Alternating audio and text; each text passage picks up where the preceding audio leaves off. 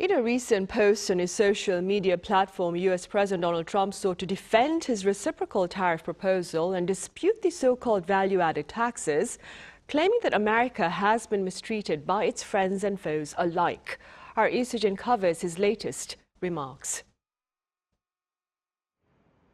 U.S. President Donald Trump's plans to impose new tariffs on countries that utilize value-added tax systems have added another layer of uncertainty to South Korea's export competitiveness.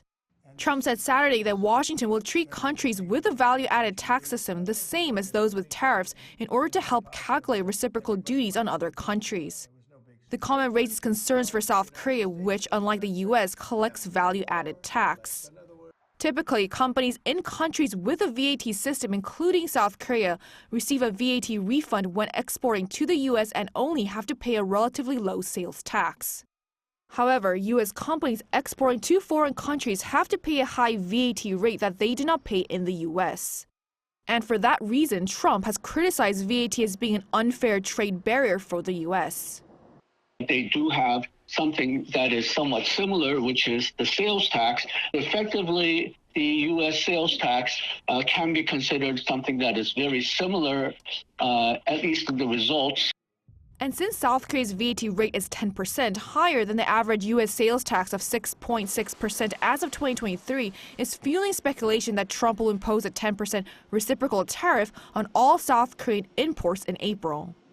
Amid concerns over Trump's trade policies, Deputy Minister for Trade Park Jong-won left for the United States on Monday. During the 5-day visit, Park will meet with high-ranking officials from the U.S. Department of Commerce and the Office of the U.S. Trade Representative to discuss trade and other pending issues. This will be the first official visit to Washington by a high-ranking trade official since President Trump took office.